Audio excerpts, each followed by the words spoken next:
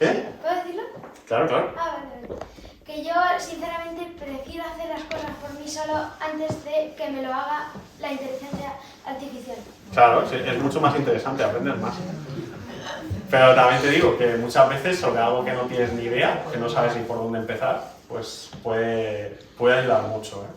Puede ser muy útil.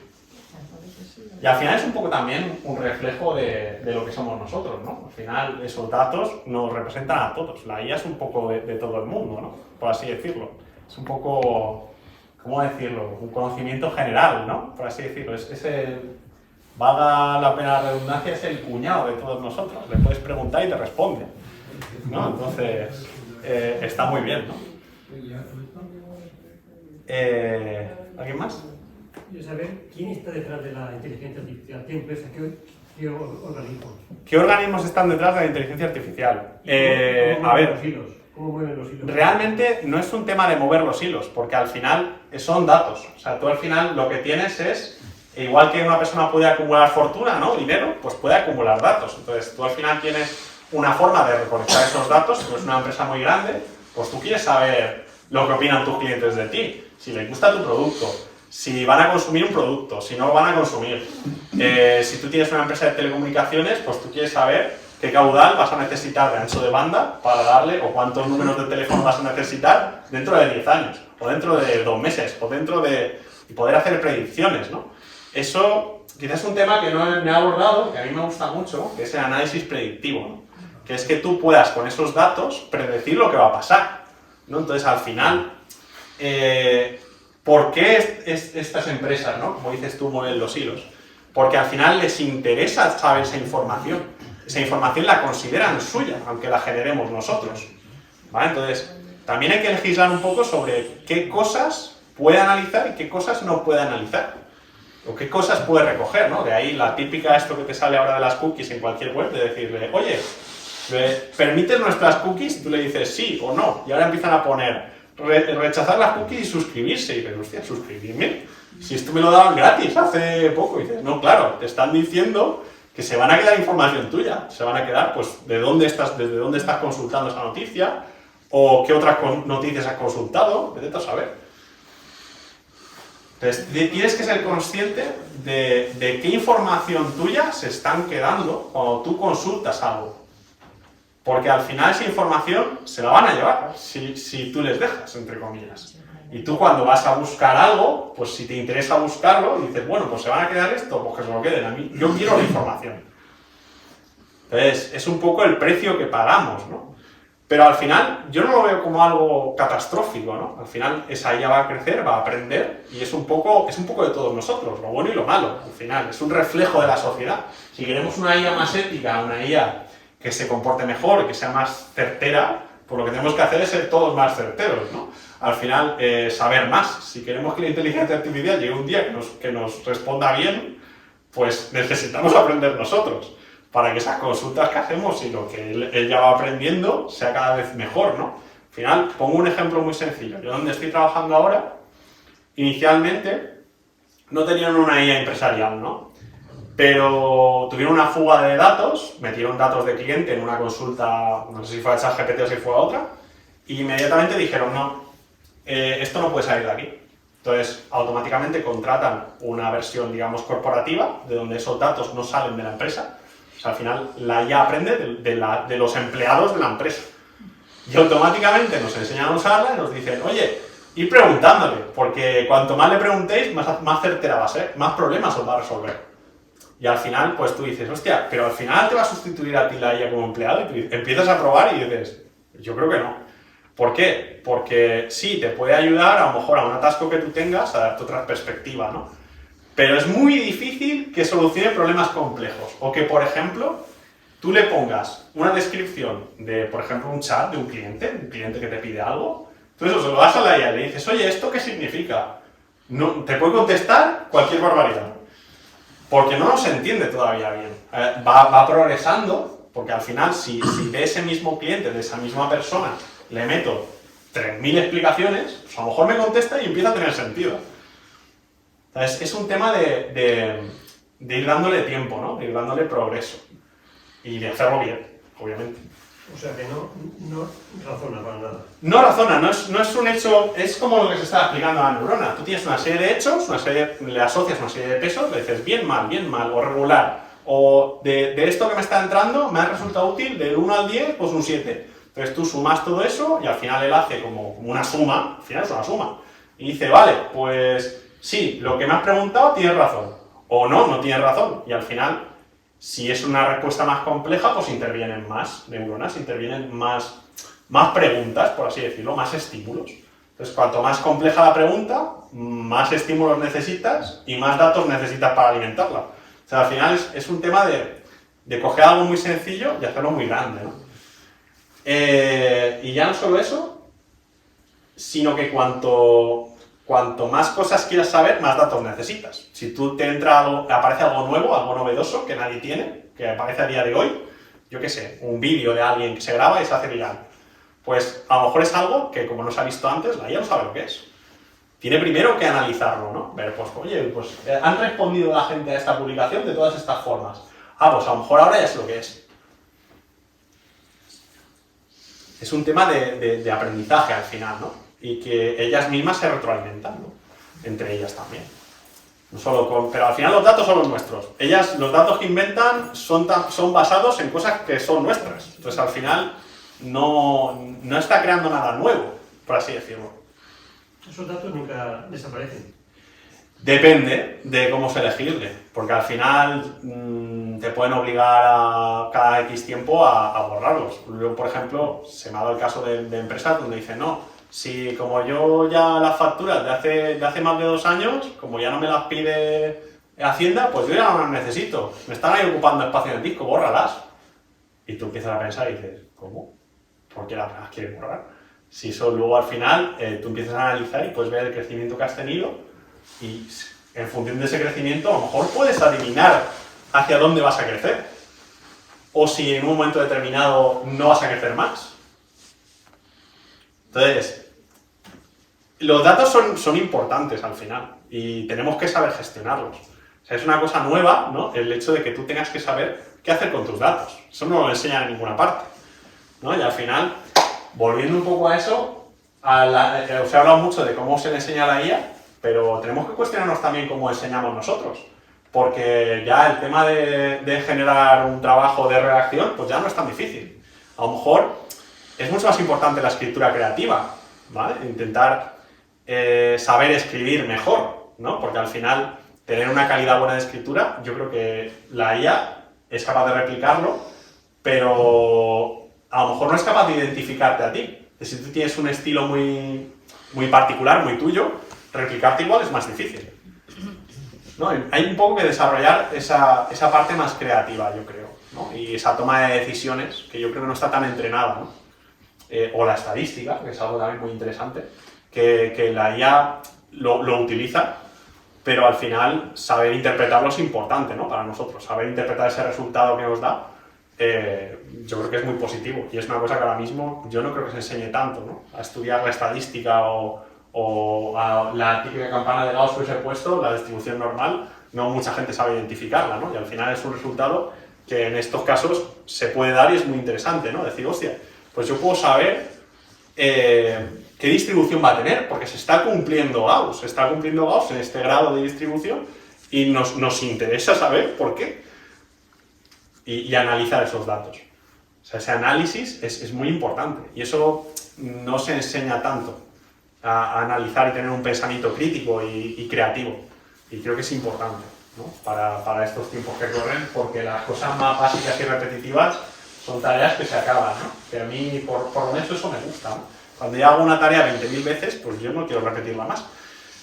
Quiero que la hagan por mí, porque ya sé hacerlo, ¿no? Pues esto es así, un poco. Te va a quitar ese trabajo tedioso y repetitivo que odias hacer, ¿no? Por así decirlo. ¿Por qué a Estados Unidos no le interesa legislar? A Estados Unidos no le interesa legislar porque tiene muchas empresas que generan mucho beneficio y que generan impuestos al final y que a ellos eso pues les va la vida con eso. También muchas de ellas han fugado, se han ido de allí, tienen sedes en otros sitios que les han dado ventajas fiscales o lo que sea. Pero bueno, yo qué sé, allí pues tienes todavía a muchas grandes tecnológicas. O sea, eso es así. Silicon Valley sigue existiendo, ¿no? Y es ese interés, ¿no? de que la máquina siga produciendo. Pero bueno, yo creo que aquí en Europa tenemos más suerte, ¿no? Y vamos por buen camino. ¿Alguna pregunta más? Sí. ¿Se puede cuantificar de alguna manera la información que damos? Es decir, lo que yo doy a Internet, ¿cuánto vale? ¿De alguna forma se puede cuantificar? Seguro que sí. El tema es que depende de qué.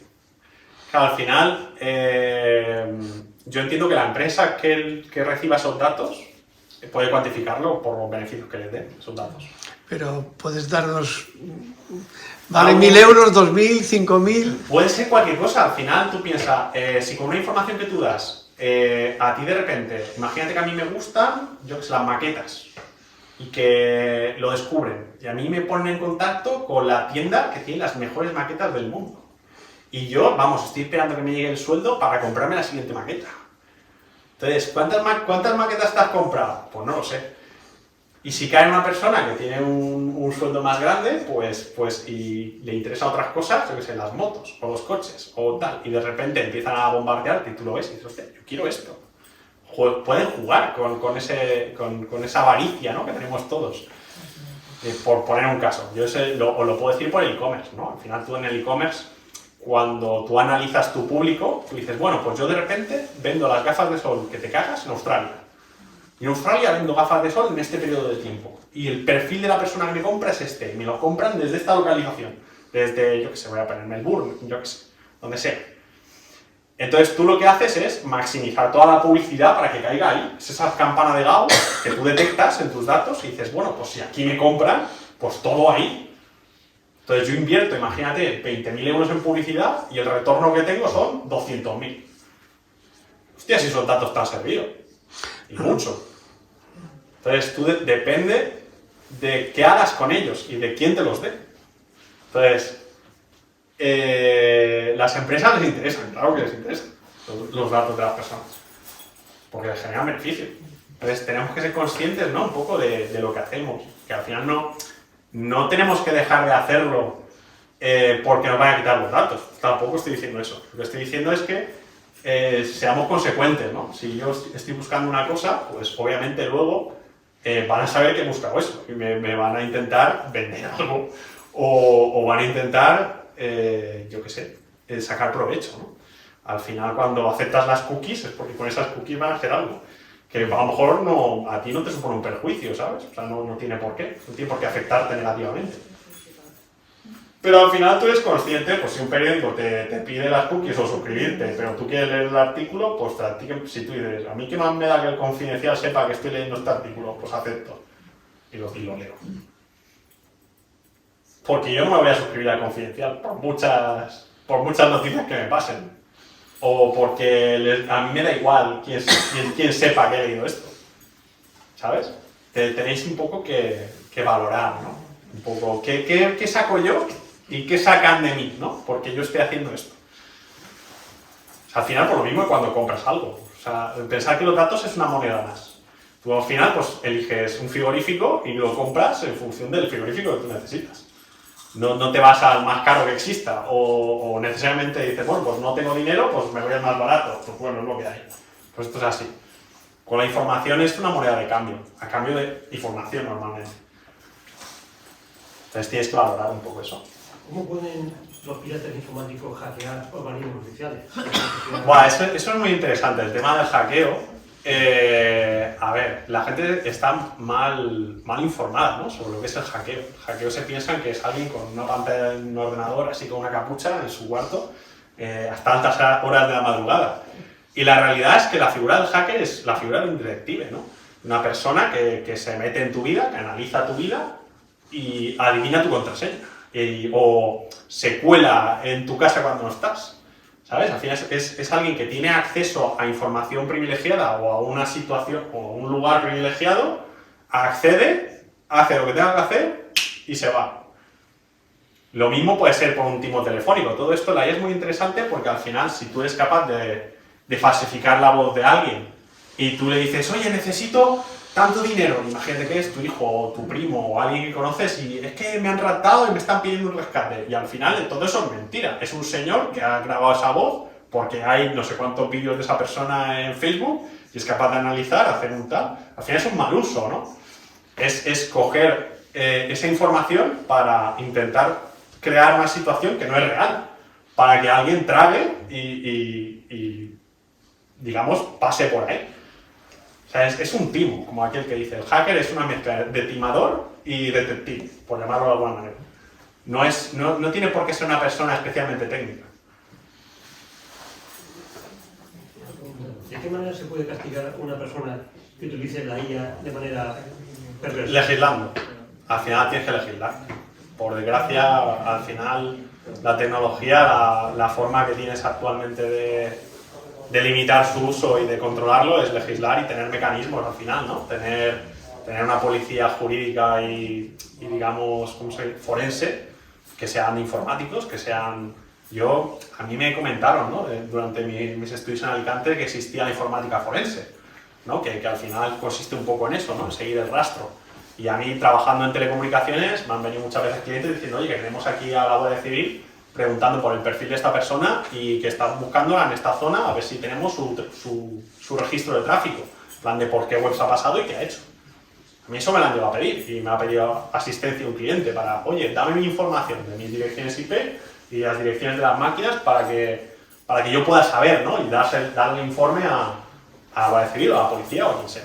O sea, existen mecanismos, pero al final, echa la trampa, siempre va a haber alguien que se escape. Entonces, y luego están, pues, claro, las grandes empresas que siempre sacan beneficios. Y muchas veces aunque tú aceptas el típico cuadro de condiciones de uso o no sé qué, dices, sí, porque yo necesito usar esto. A lo mejor ya no tienes ni opción. Yo, por ejemplo, estoy trabajando, a mí me hacen utilizar un software y yo con la cuenta de la empresa yo ni pienso si eso tiene prejuicio o no. A mí me dicen, ¿tienes que usarlo? Pues lo uso. ¿Sabes? Yo ahí no pienso. Y muchas veces eso a ti te puede engañar. O sea, el tema de la IA es que igual que ha potenciado muchas cosas, igual que potencia al médico a la hora de leer radiografías o estudios clínicos, también potencia a la persona que puede hacer el mal. Es una herramienta potente de la que a día de hoy muchos desconocemos su uso. Es como tener un cuchillo, tú sabes que un cuchillo puede ser perjudicial, te puedes clavar y hacer daño. Pero también le sirve al señor que te prepara la comida, o a la persona que te prepara la comida. Entonces, tenemos un poco que juzgar qué uso es el correcto y aplicarlo y legislar sobre él, porque es algo nuevo, o por lo menos no es que sea nuevo, sino que está habiendo un auge de uso muy grande ahora, porque al final esta tecnología tiene 70, 60 años, 80. O sea, al final son señores que ya murieron hace tiempo. Y toda la tecnología que tenemos se basa en eso. O sea, no estamos inventando nada nuevo a día de hoy, lo que ocurre es que tenemos los recursos y tenemos sobre todo los datos. Sin esos datos, la IA no es posible. Sin esa capacidad de poder recoger esos datos y de analizarlos, pues luego, claro, también tienes el servidor consumiendo energía, consumiendo agua, consumiendo cosas para producir un resultado. Y esos resultados pues, pueden ser muy útiles, pues, por ejemplo, para el coronavirus yo estoy convencido de que han usado estudios de estos para poder hallar la vacuna y producirla en tiempo récord. Seguramente sin la IA no habría sido posible, seguro que tenían un sistema experto pues sacando variables y al final una persona que después recibe esos informes y decide, hostia, pues sí, pues esta línea de desarrollo, esta línea de investigación me sirve y estas no. Entonces, como la IA nos da esa potencia, lo que tenemos que desarrollar nosotros es un ojo crítico, ¿no? Un poco de decir lo que podemos y no podemos hacer y qué consecuencias tiene, ¿no? ¿Alguna pregunta más? ¿Alguna cosilla sobre la que quieran debatir? Me preocupa mucho la brecha que va a existir, porque la velocidad de la IA va a ser aún más Con el tiempo irá fuerte, con el subiendo, sí. tiempo, y la rapidez de la sociedad para seguirla no es tanta. No es tal. Entonces, esa brecha, ¿cómo se va a Pues es un conseguir reto, salvar? es ¿Qué un vamos reto a al hacer? final.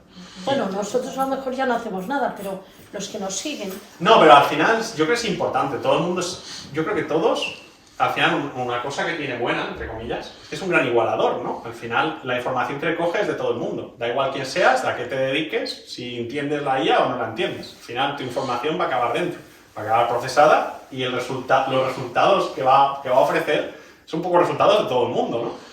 Pero claro, es lo que usted dice, al final esa brecha, ¿no?, se va haciendo grande, ¿no? Porque la IA va aprendiendo, va haciéndose cada vez más experta, ¿no? Porque al final estamos hablando de un sistema experto que va a saber hacer muy bien cosas concretas. No nos va a sustituir como pensadores, como personas críticas. Además, es una cosa que tenemos que trabajar, porque la IA no lo va a hacer por nosotros. La IA nos va a ofrecer resultados muy buenos mucho más rápido. Pero no nos va a hacer más listos. Es más, nos tenemos que hacer más listos para poder hacer más lista la IA. Es así. Entonces, ¿qué ocurre?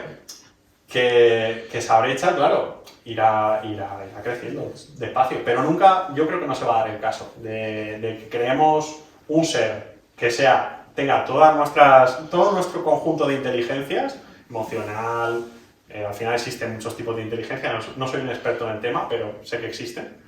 Y al final es muy difícil que todos esos tipos de inteligencias se aúnen en una sola entidad, digamos, artificial que nos replique. Yo creo que no se va a dar. Y luego ya, si hablamos encima de la teoría de la singularidad, ¿no?, de esta IA que resolverá todos nuestros problemas, yo lo veo que no va a ocurrir, ¿no? De que creemos una entidad que piense más rápido y en una dimensión mucho más distinta de la que pensamos nosotros, eso no va a suceder. O por lo menos yo pienso que no. Me puedo equivocar. Dime. Si saben que la IA se va a descontrolar, ¿por qué no la paran? No es que se descontrole. Al final lo que ocurre es que va a crecer. Tú vas a va a ofrecer mejores resultados. Lo que tienes que llevar cuidado es de para qué se usa, ¿no? No hacer una IA que sea experta en hacer cosas malas, hacer una IA que sea buena, que sea experta en hacer cosas que nos interesen, ¿no? ¿Y si ponen un parche para cosas malas? Bueno, al final depende de quién sea, de quién esté detrás. Si tú decides tener Tú tienes una organización criminal y decides tener una IA y la alimentas con todas las formas posibles de timo, pues obviamente esa IA va a saber timar. Pero vamos, está bien. Pero está la ley para algo, claro, obviamente. Digo la IA buena, no la de traficantes. No, claro, pero la buena no va a pasar por ahí. Al final yo sé, por ejemplo, como el caso donde yo trabajo. Por ejemplo, la IA donde yo trabajo, pues irá avanzando a la hora de procesar datos. Cada vez sabrá procesar datos mejor. Sabrá detectar cuando esos datos no sean congruentes o tengan errores. Y eso pues nos va a facilitar la vida a la gente que trabaje en este ámbito, ¿no? Al final, pues, si yo tengo que estar buscando un error durante 4 horas, pues es una tarea tediosa y fastidiosa y que al final cansa, ¿no? Si a mí me es capaz de decir, hostia, los errores son estos. Digo, hostia, vale, pues vamos a arreglarlos, ¿no? Me dedico a hacer un trabajo productivo, ¿no? Que es que este es el problema, voy a solucionarlo. No estoy perdiendo el tiempo dando vueltas, por ejemplo. Y se puede aplicar a todos, a vosotros pensar, pues, oye, tengo que hacer la facturación de mi empresa. Hostia, pero ¿cuánto puedo tardar? Buah, y pues contrato un asesor. Hostia, y si yo tengo un sistema que es capaz de hacer la facturación de mi empresa y eso tengo que revisarlo, hostia, eso mejora mucho, ¿no? Y así todo. Pero yo sigo dándole vueltas y pienso que se está utilizando muchísimo a nivel de medicina, se va a deshumanizar la sociedad utilizando la IA. O porque la IA no tiene sentimientos, no tienes... Todo eso, ¿cómo se va a gestionar? ¿Cómo? Al final lo tenemos que gestionar nosotros. Al final es una cosa que la IA no se gestiona sola. O sea, tenemos que ser mejores gestores, tenemos que tener más ojo crítico. O sea, es la sociedad la que tiene que hacer una IA mejor. O sea, la IA sola no va a tomar decisiones. Tenemos que hacerlo nosotros. Entonces, o si las toma, van a ser muy malas decisiones. O sea, las grandes multinacionales que deciden prescindir de cantidades absurdas de empleados porque dicen que lo van a solucionar con la IA, a mí me gustaría saber cómo esa IA va a responder como esas personas. Porque, por ejemplo, las habilidades que tenemos todos para comunicarnos, para llegar a acuerdos. Tú tienes una reunión con tus compañeros de trabajo y decides, oye, el mejor curso de actuación es este, yo estoy seguro que una IA no es capaz de hacer eso. Dime. Lo que yo pienso es que se nos va la cabeza con la tecnología. Sí, por supuesto. Usamos demasiada tecnología. A mí me gusta más hacer pan que programar, pero no puedo vivir de eso. Bueno, tenemos ya que ir terminando. Agradecer al conferenciante que nos explique, que nos ha explicado ya cómo nos comemos la inteligencia artificial y una serie de preguntas y de interrogantes que nos hacemos todos ante esta nueva tecnología. Y nada más, yo quisiera agradecer una vez más al CEU el habernos acogido en este salón de actos estas dos últimas charlas y, por supuesto, agradecer a todos ustedes su asistencia, su presencia y su fidelidad en este ciclo. Muchas gracias.